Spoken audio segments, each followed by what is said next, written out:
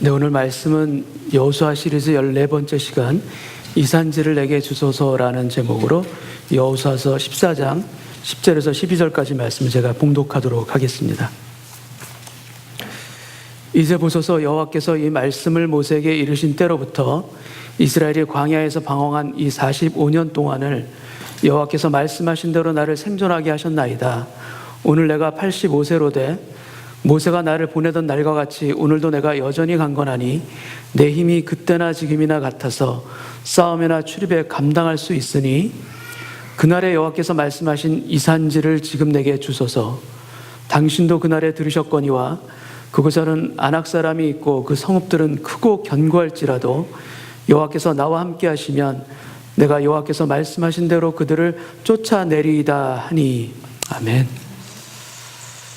이스라엘 백성들은 7년 동안의 정복 전쟁을 마친 후에 지파별로 땅을 분배를 받게 됩니다.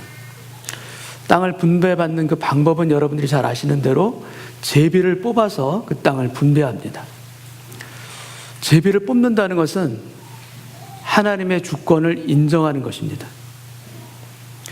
어떤 협상으로 나눈 것이 아니라, 정치적인 판단으로 나눈 것이 아니라 하나님께 온전히 맡겨드리고 또 그것에 순종하는 방법으로 이 땅을 나누었습니다.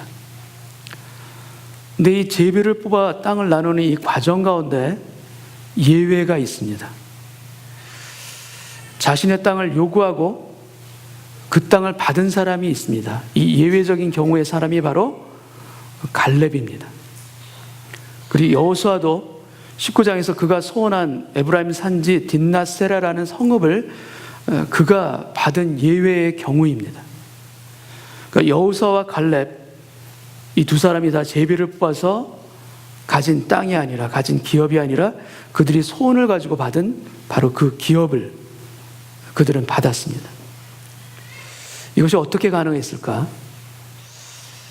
그것은 이들이 이스라엘 백성들 내에서 가진 탁월한 지위와 그런 영향력 때문인가? 아니면 그들의 욕심 때문인가? 그렇지 않죠.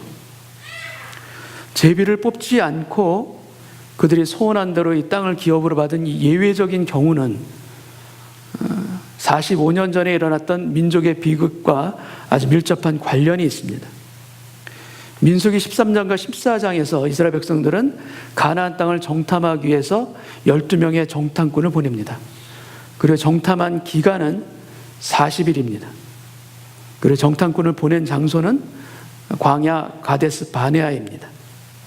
근데 12명 중에서 여호수아와 갈렙 이 두 사람만이 믿음의 시선을 가졌고 나머지 10명은 믿음의 시선을 갖지 못해서 우리는 그 땅에 갈 수 없다.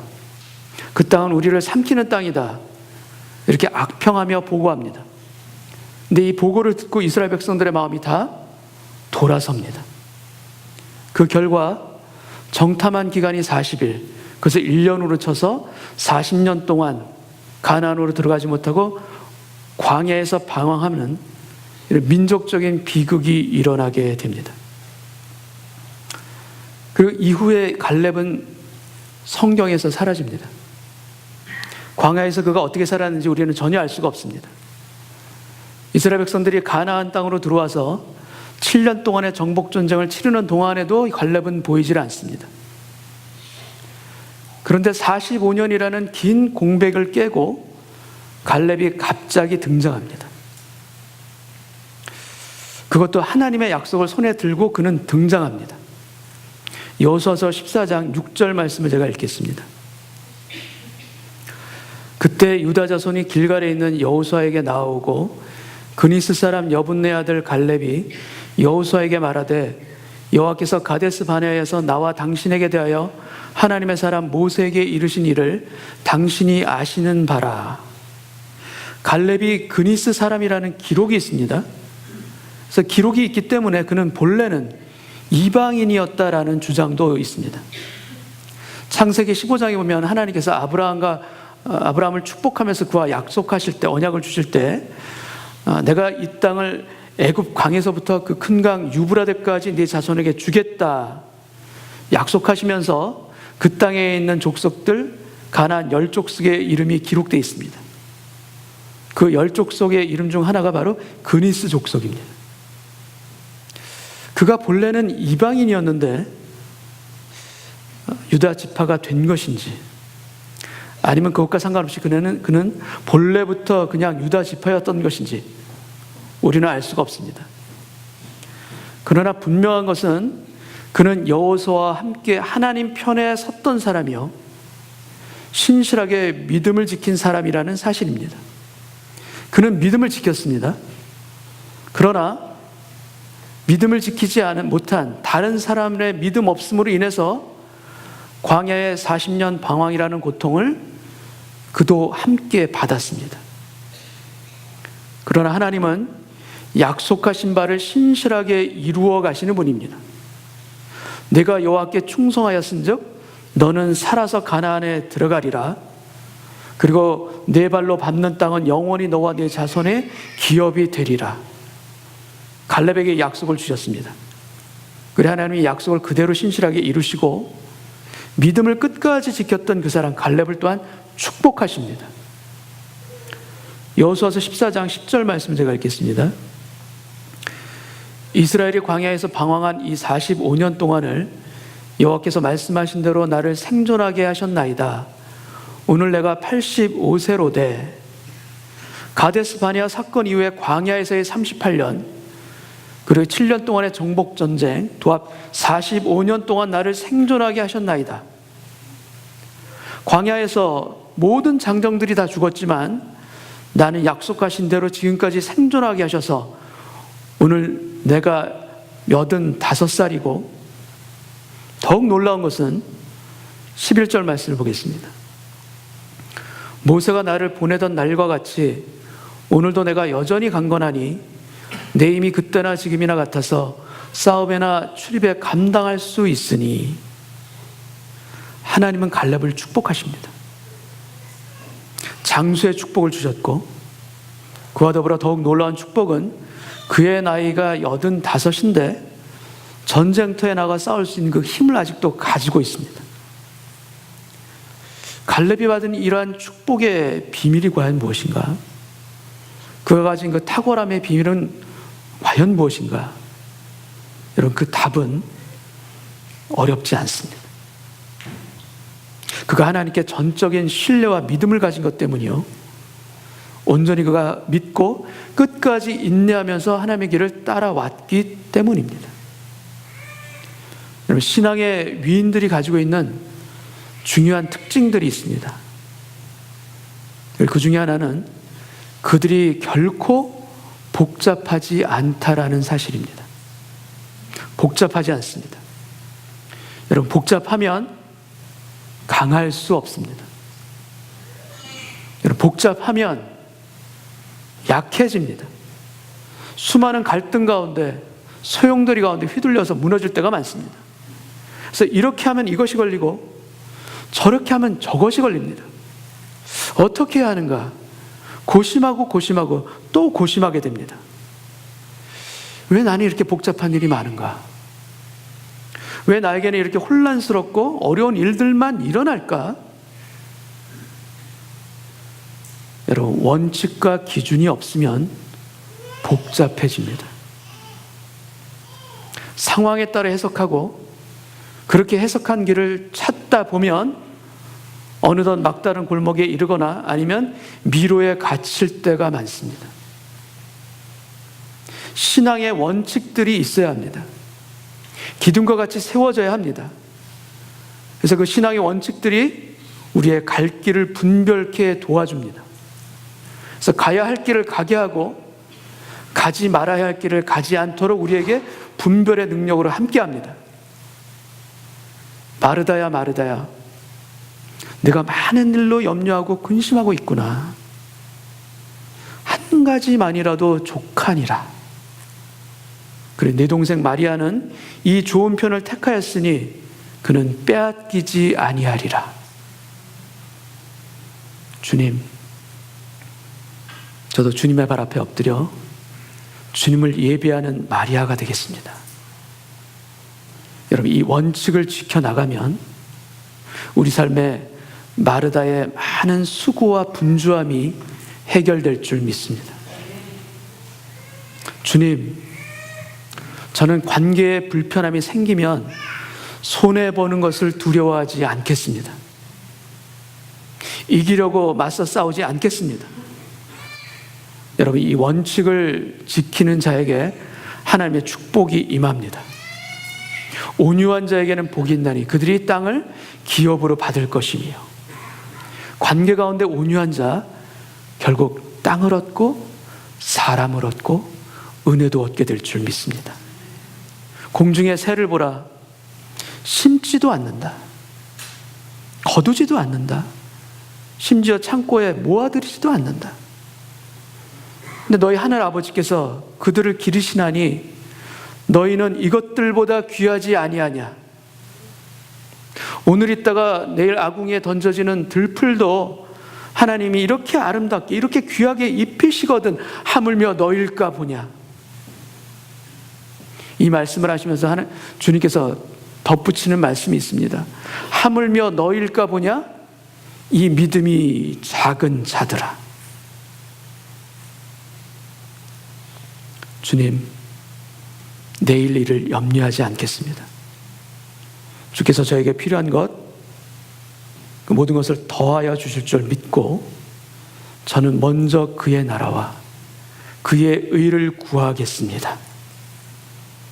여러분, 이 신앙의 원칙을 우리 삶에 분명하게 세우고 우리가 분별해 나간다면 우리 삶에 닥치는 많은 염려와 두려움도 사라질 줄 믿습니다. 안개와 같이 사라질 줄 믿습니다. 여러분, 안개는 말씀의 빛이 비치면 사라집니다. 더 이상 있질 못합니다. 우리를 염려케 하는 안개와 같은 현실, 어둠의 현실들, 주의 말씀의 빛이 우리 마음 가운데 비춰질 때 여러분, 사라지는 이 은혜 있기를 원합니다. 왜 이렇게 내 삶은 복잡한가? 여러분, 신앙의 원칙들이 있어도 왜 저는 이렇게 복잡합니까? 여러분, 신앙의 원칙이 있어도요, 순종하기 전에는 복잡합니다. 이것을 해야 하나? 이것을 내가 할 수 있을까? 마음속이 너무나 복잡합니다. 그러나 순종의 가장 큰 특징이 무엇인가 하면 일단 순종하고 나면 심플해집니다. 너무나 단순해집니다. 요단강을 건넌 방법은 다리를 만든 것도 아닙니다. 배를 만든 것도 아닙니다. 강물이 옅어질 때까지 기다린 것도 아닙니다. 그냥 말씀대로, 하나님께서 말씀하신 대로 제사장의 순종의 발이 요단강물에 들어가는 그 순간 강물이 멈추고 보이지 않았던 길이 열린 것입니다. 여러분, 순종하면 숨겨졌던 길들이 보입니다. 우리가 순종하면 그동안 보이지 않았던 길들도 보여집니다. 그래서 결단하기 전에, 순종하기 전에 고민했던 그 수많은 문제들이 다 부질없었다, 다 아무것도 아니었다. 여러분, 이것을 깨닫는 은혜 있기를 원합니다. 그래서 우리의 복잡한 삶에도 이 은혜를 허락하여 주옵소서. 여러분, 갈렙은 복잡하지 않습니다. 그가 받은 말씀을 붙들고 신앙의 원칙과 언약을 그 마음속에 새겨가며 하루하루 살아갔던 것입니다. 하루하루 말씀의 원칙대로 살아갔기 때문에 그는 분명하게 말합니다. 여호수아서 14장 12절 앞부분을 보겠습니다. 그날에 여호와께서 말씀하신 이 산지를 지금 내게 주소서. 당신도 그날에 들으셨거니와 그곳에는 아낙 사람이 있고 그 성읍들은 크고 견고할지라도. 갈렙이 지금 달라고 하고 있는 이 산지는 이스라엘 백성들이 가장 무서워하는 곳, 바로 헤브론입니다. 성이 크고 견고할 뿐만 아니라 그곳에는 거대한 아낙 자손이 있는 곳입니다. 민수기에 그 이름이 나옵니다. 그곳에 아낙 자손 아히만과 세세와 달메가 있었더라. 정탐꾼들이 보고 와서 보고합니다. 그들은, 우리에 비하면 우리는 메뚜기라. 여러분, 갈렙은 지금 그곳을 달라고 하는 것입니다. 이스라엘 백성들이 용기를 잃어버리고 실족하게 만든 그 땅, 그 헤브론을 지금 달라고 합니다. 갈렙은 푸른 초장, 쉴만한 물가, 좋은 땅을 내게 주소서라고 해도 그럴 만한 자격이 있는 사람입니다. 근데 이 평지를 내게 주소서, 그게 아닙니다. 이 옥토를 나에게 주소서, 그게 아닙니다. 이 산지를 내게 주소서. 모든 이들이 이 산지에서 믿음을 잃어버렸는데, 바로 그 두려움의 땅인데, 그런데도 불구하고 갈렙은 이 산지를 내게 주소서. 10명의 정탐꾼은 아낙 자손과 그들 자신을 보았습니다. 그러니까 이거는 안 되는 거예요. 싸움이 될 수 없는 거예요. 우리는 메뚜기라. 근데 여호수아와 갈렙은 이 아낙 자손과 하나님을 봅니다. 그들 마음 가운데 누가 계시는가? 하나님이 계시는 것입니다. 하나님이 그들 마음 가운데 있기 때문에, 그렇다면 여러분, 누가 메뚜기입니까? 누가 도대체 메뚜기가 되는 겁니까? 하나님과 같이 있으면. 그들이 아낙 자손이 오히려 메뚜기가 되는 것입니다. 이스라엘 백성들은 자신들과 거인을 비교합니다. 그러나 여호수아와 갈렙은 하나님과 아낙 자손을 비교한 것입니다. 백성들은 두려워서 마음이 녹았지만 두 사람은 그 땅 백성을 두려워하지 말라. 그들은 우리의 먹이라. 백성들은 아낙 자손이 크고 하나님은 작은 거예요. 근데 갈렙은 하나님은 크시고 아낙 자손은 작습니다. 여러분, 여러분의 하나님은 얼마나 크십니까? 얼마나 크신 하나님이십니까? 여러분이 지금 가지고 있는 그 문제보다 하나님이 훨씬 크시다는 것을 여러분 믿으십니까? 하나님이 훨씬 크십니다. 12장 후반절을 제가 읽겠습니다. 12절. 여호와께서 나와 함께 하시면 내가 여호와께서 말씀하신 대로 그들을 쫓아내리이다. 그곳에 아낙 자손이 있고 성읍이 크고 견고할지라도 여호와께서 나와 함께 하시면 그들을 쫓아낼 수 있습니다. 여호와께서 나와 함께 하시면 nothing impossible. 모든 것이 가능합니다. 장막 뒤에서 속으로 웃고 있는 사라에게 여호와께 능치 못할 일이 있겠느냐? 기한이 이를 때 내가 돌아오리니 사라에게 아들이 있으리라. 우리는 다 믿어지지 않습니다. 믿어지지 않아서 속으로 우리는 웃을지라도 여호와께 능치 못한 일이 있겠느냐? 사라에게 아들이 있을지어다.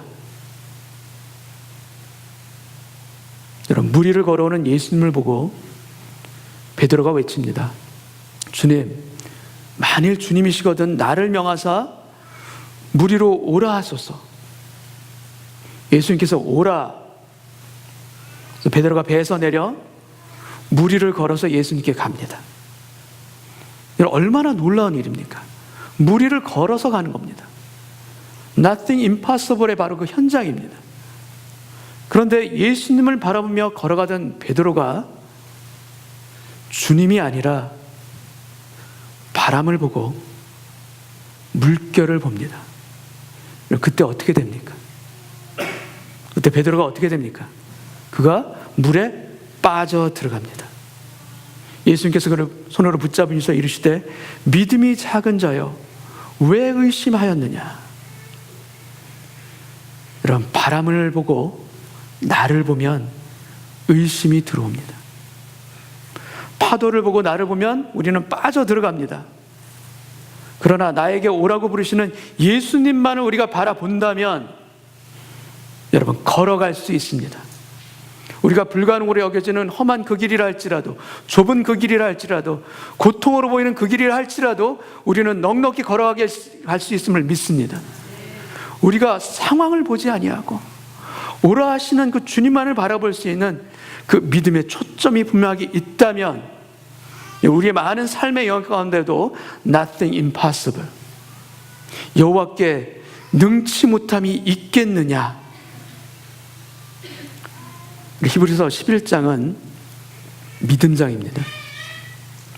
믿음으로 노아는 방주를 만들었고, 믿음으로 아브라함은 갈 바를 알지 못하는 가운데도 떠났으며, 믿음으로 이스라엘 백성들은 7일 동안 여리고를 돌아 성이 무너집니다. 근데 히브리서 11장 믿음장이 끝나고 12장을 시작하면서 히브리서 저자는 우리에게 권면합니다. 히브리서 12장 1절 말씀을 제가 읽겠습니다. 이러므로 우리에게 구름같이 둘러싼 허다한 증인들이 있으니, 11장에서 말한 믿음의 선진들을 비롯한 허다한 증인들이 있으니 모든 무거운 것과 얽매이기 쉬운 죄를 벗어버리고 인내로써 우리 앞에 당한 경주를 하며, 무거운 것 벗어버리고 얽매이기 쉬운 죄도 벗어버리고 인내 가운데 우리가 달려갈 길을 달려가며, 그 다음 말씀이 무엇인지 아십니까? 2절 말씀, 믿음의 주여 또 온전하게 하시는 이인 예수를 바라보자. 여러분, 우리가 예수님만을 바라보고 간다면 인내로서 우리 앞에 당한 경주 우리도 달려가게 될 줄 믿습니다. 그는 그 앞에 있는 기쁨을 위하여 십자가를 참으사 부끄러움을 개의치 아니하시더니 하나님 보좌 우편에 앉으셨느니라. 너희도 피곤하여 낙심하지 않기 위해서 이같이 십자가를 참으신 예수를 생각하라.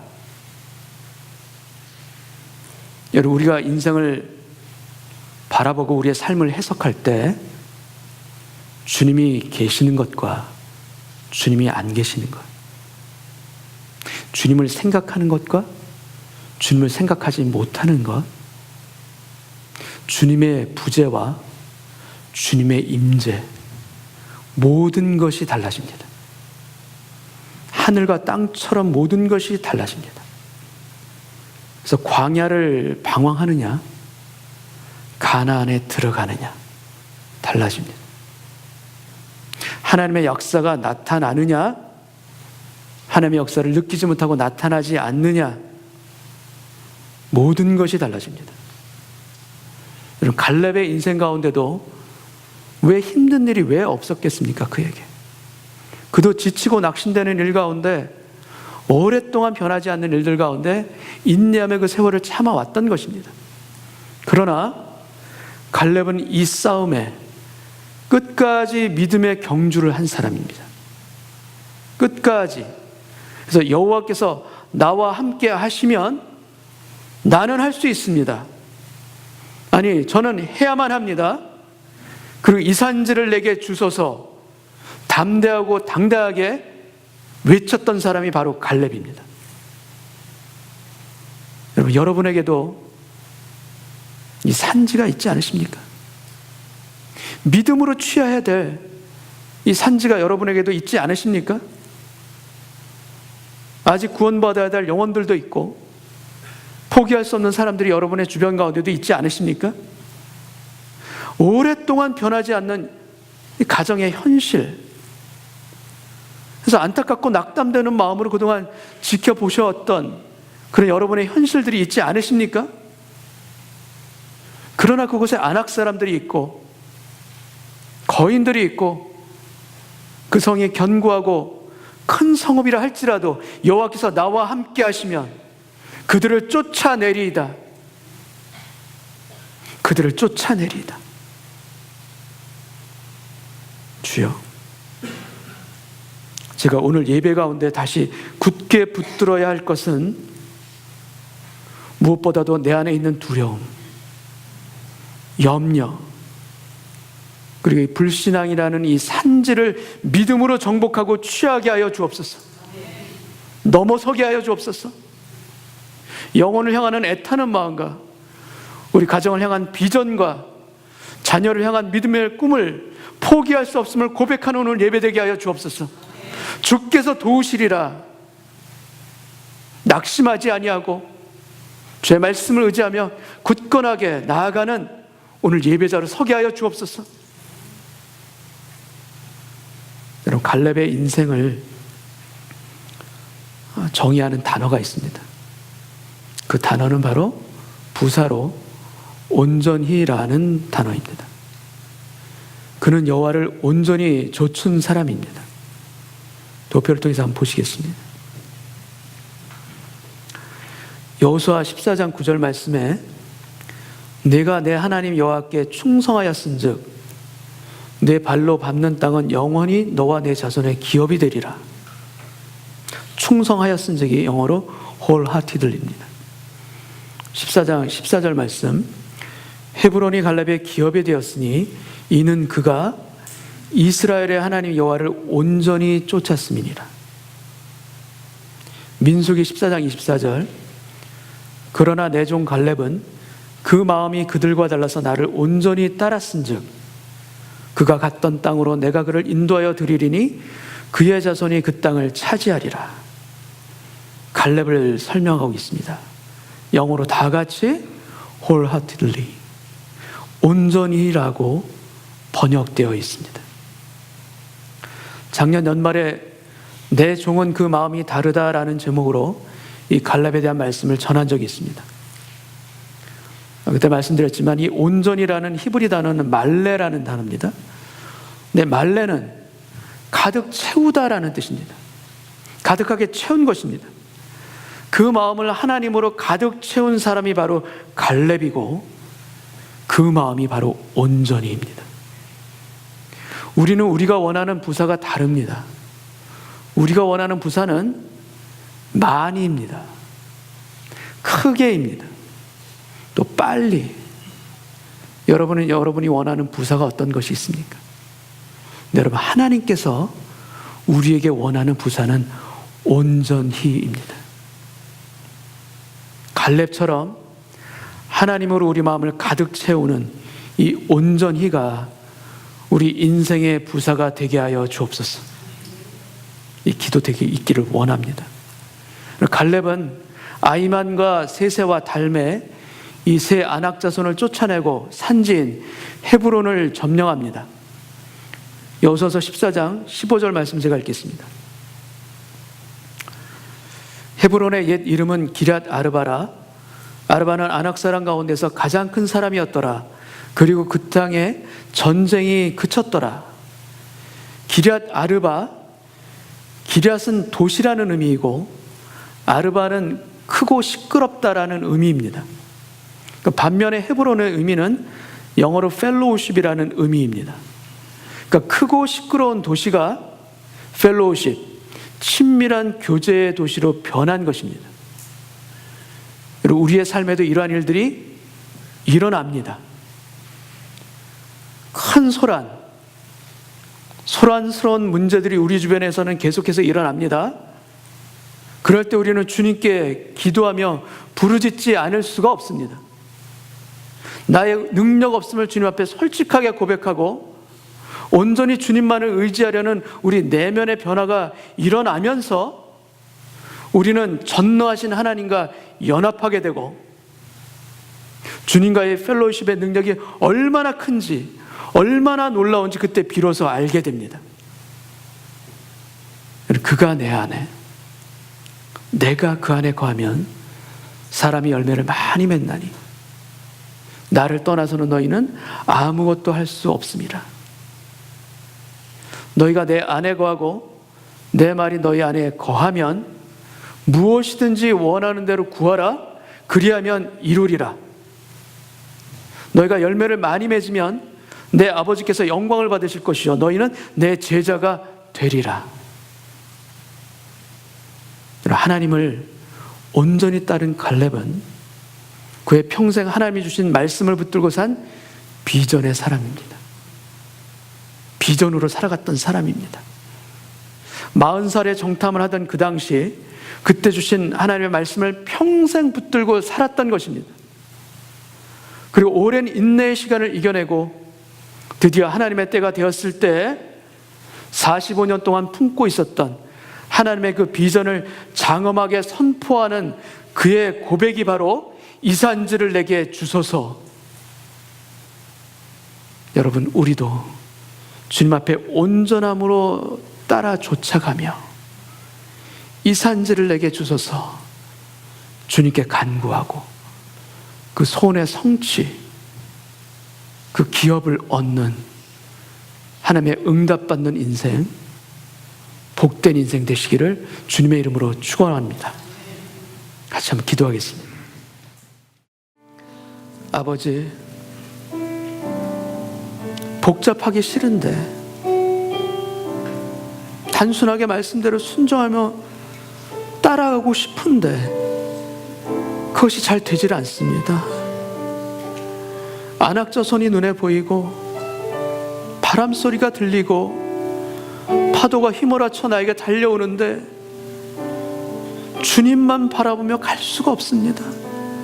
저희 연약함을 주님 앞에 솔직하게 고백하오니 주여 나를 불쌍히 여겨 주옵시고 나의 믿음 없음에 믿음에 믿음을 더하여 주시는 오늘 예배되기를 원합니다.